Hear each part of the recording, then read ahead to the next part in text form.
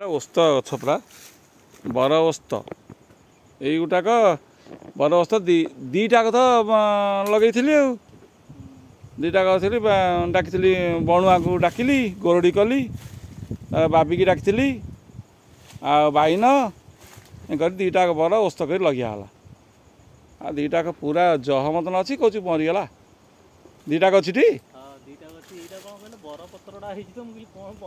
ହଁ ହଁ ନାଇଁ ସେଇ ଯୋଉଟା ଧରିଛୁ ସେଇଟା ହେଲା ଓସ୍ତ।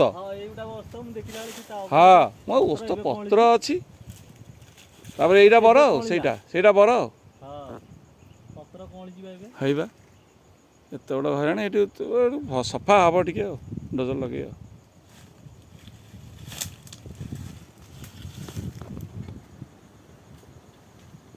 ତନୁ ଦିନ ତ କାଲି ଆଜି ସମାଧିରେ ଚୂନ ଦିଆହେବ ସତର ମୋର ଆସୁଛୁ ଆଉ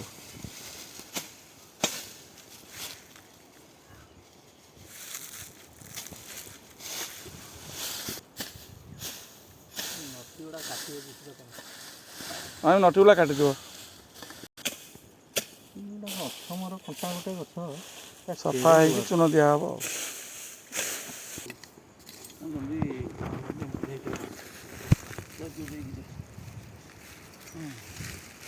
ସେଇ ନଟିଟା ଆଗ ନଟିଟା କାଟିଦିଅ ଟିକେ। ହଁ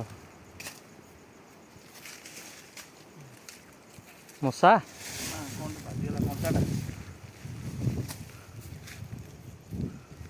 ଏଗୁଡ଼ା କାଟିବି ଏଗୁଡ଼ାକ ଆଉ ହଁ ନା ତାକୁ ଆଉ କାଟନି ଥାଉ ସେ ଏଗୁଡ଼ାକ ସଫା କରିବୁନି। ହଁ ହଁ ତା କତାରେ ଘଷୁନ ଟିକେ ତା ଭିତରେ କାଚ ଅଛି ସବୁ ଏଇଟା କାଢ଼ି ଦେଉଛି। ହଁ ପୁଣି ଯଦି ଏଥରକ ଦବ ଦିଟା ନୂଆ ନା କ'ଣ ଦିଆହେବ ନୂଆ ଦିଆହେବ ନା ଏଇନେ କାହିଁ ରହିବ ପୁରୁଣା ନା ପୁରୁଣା କାହିଁ ରହିବ ନା ଏ ଜନ୍ତୁ ଜୁତା ପାଇଁ ଭୟ ମୋତେ ହେଇଛି ଆଉ ଭବିଷ୍ୟତରେ ଇଏ ହବନି ଉଇ ହବାର ନାହିଁ ଚାନ୍ସ ନାହିଁ ମାଟି ବାଲି ଉପରକୁ ଉଠିବାର ନାହିଁ ସେଇଟା ପଥର ଗୁଡ଼ା ହେଇକି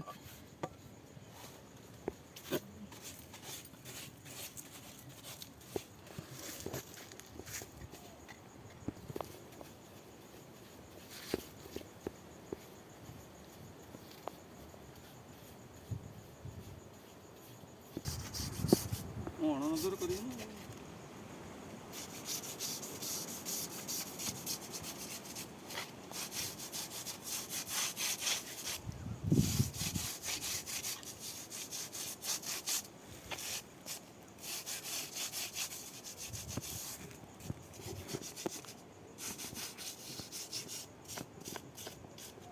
ଟିକେ ଖାଲି ଘଷିକି ଭଲ ଟିକେ ପାଣି ଟିକେ ଦିଆହେବ ଆଉ ଇଏ କରିବା ନାହିଁ ଟିକେ ଦିଆହେବ ବାସ୍ ଇଏ ହେବ ଆଉ କାଲି କହୁଛି କିଛି ପାଣି ଆସି ଆଉ କିଏ ଦେଇହେବ କାଲିକି ଆସିବା ପର୍ଯ୍ୟନ୍ତ ଗୋଟେ ଯାହା ଯେମିତି ବାଟ ତିଆରି କରିଦେ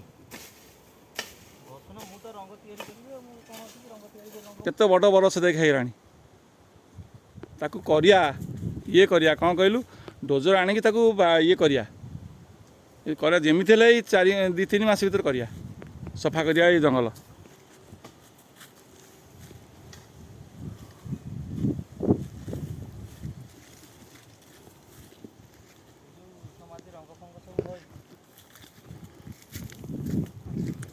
ହରଦାଦୁ ସମାଧି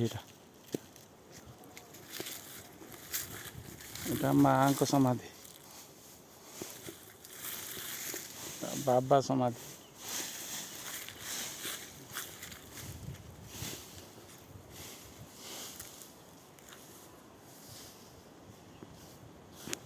ଦିନ ବୋଲି ଅମୁକ ଦିନ ପାଖରେ ଥୁଆ ହବ ସେମିତି କିଛି ମାନେ ନାହିଁ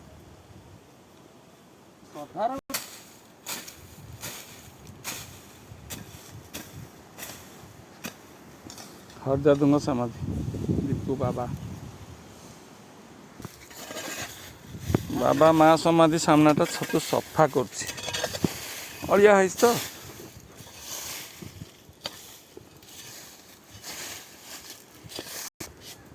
ତୁ ଘସ ମୁଁ ଟିକେ ପାଣି ପିଇଦିଏ ତୁ ସତ ଜଲ ଖାବି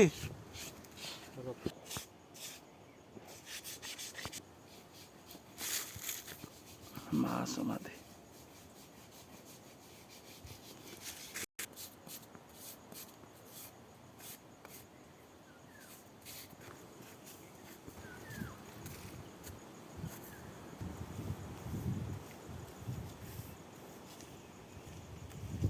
ବଢ଼ିବନି ଆଉ ନ ବଳିଲେ ତ ଭଲ କଥା ଆଉ। ବଳିଲେ ବଳିବ ନହେଲେ ନାହିଁ। ପତାଟା କାଢ଼ି ଦେଇଥାଅ, କାଇଁ ପତାଟା କାଢ଼ି ଦେଇଥାଅ, ରଙ୍ଗ କରିବାକୁ ଅସୁବିଧା ନ ପତାକା ପୁଣି ଗଲାବେଳକୁ ଦେଇଦେବାନି। ଥାଉ ସେଇଠି।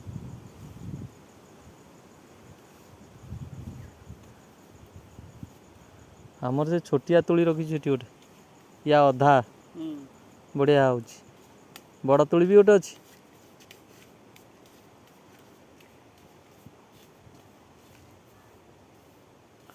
ମୁଁ ଷ୍ଟିଲ୍ ପାଇପ୍ ଦେଇଦେଇଛି। ଭଲ କିନ୍ତୁ ଭବିଷ୍ୟତ ଚିନ୍ତା କରିକିରି ଷ୍ଟିଲ୍ ପାଇପ୍ ଦେଇଦେଇଛି।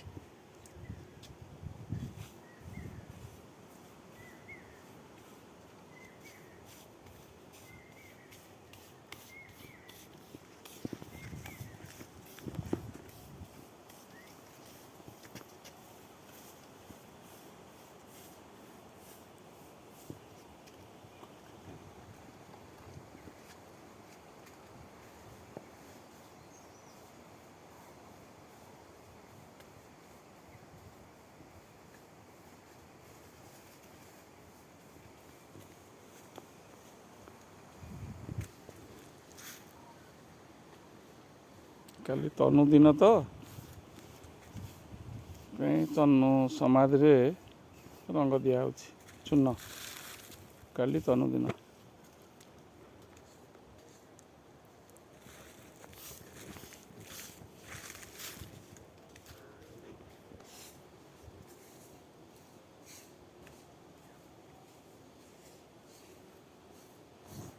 ଏ ବରଗଛଟା ଲଗେଇଛି ସତୁ ବଳରାମ ଗାଦି ଆମ ମଶାଣିରେ, ବଙ୍ଗାଳୀ ମଶାଣିରେ,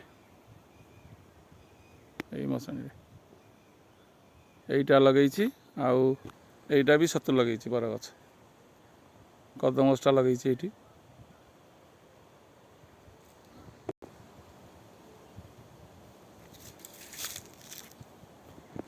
ଏପଟ ବାଡ଼ ସେପଟେ ବଳରାମ ଗାଦି, ବଳରାମ ଦାସଙ୍କ ସମାଧି ପୀଠ।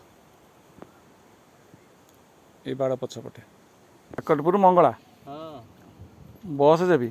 ହଁ ବସ୍ ଚାଲୁଛି, ବସ୍ରେ ଯିବି ଆଉ କୋଉଥିରେ ଯିବି?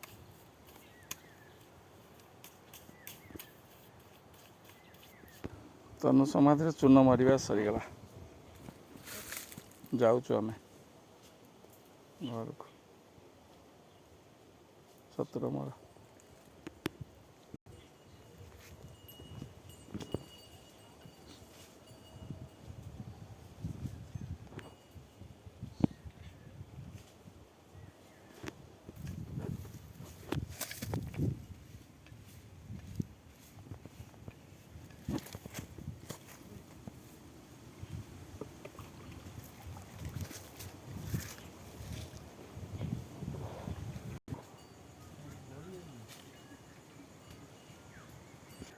ଏ ବର ଓସ୍ତ ଗଛ ମୁଁ ଲଗେଇଥିଲି ଯେଉଁ, ୟାରି ପାଖରେ ତନୁ ସମାଧି।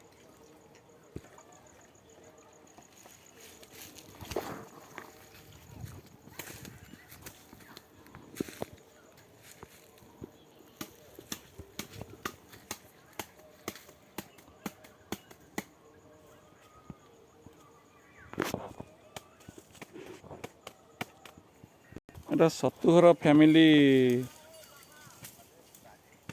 ଫ୍ୟାମିଲିଙ୍କର ସବୁ ଦାଦୁ ବାବା ତାଙ୍କ ସମାଧି ସବୁ।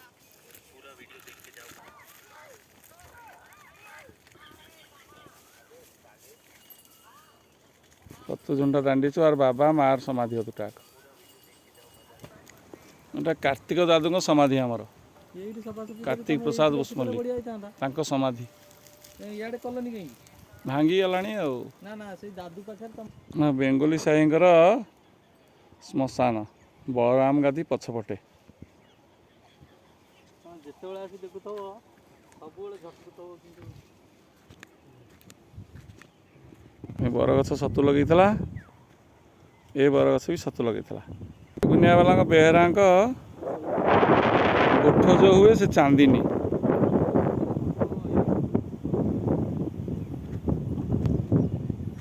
ରାସ୍ତା ହେଇଯାଇଛି ବନ୍ଧରେ। ରାସ୍ତା ହେଇଛି। ଏପଟେ ଆମ ଶ୍ମଶାନକୁ ଲାଗିଛି ବଳରାମ ଦାସଙ୍କ ସମାଧିପୀଠ ଏଇପଟେ।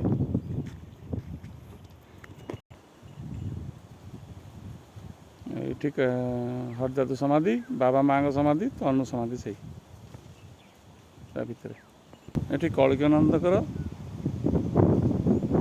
ନାମ ହୁଏ, ନାମ ଯଜ୍ଞ।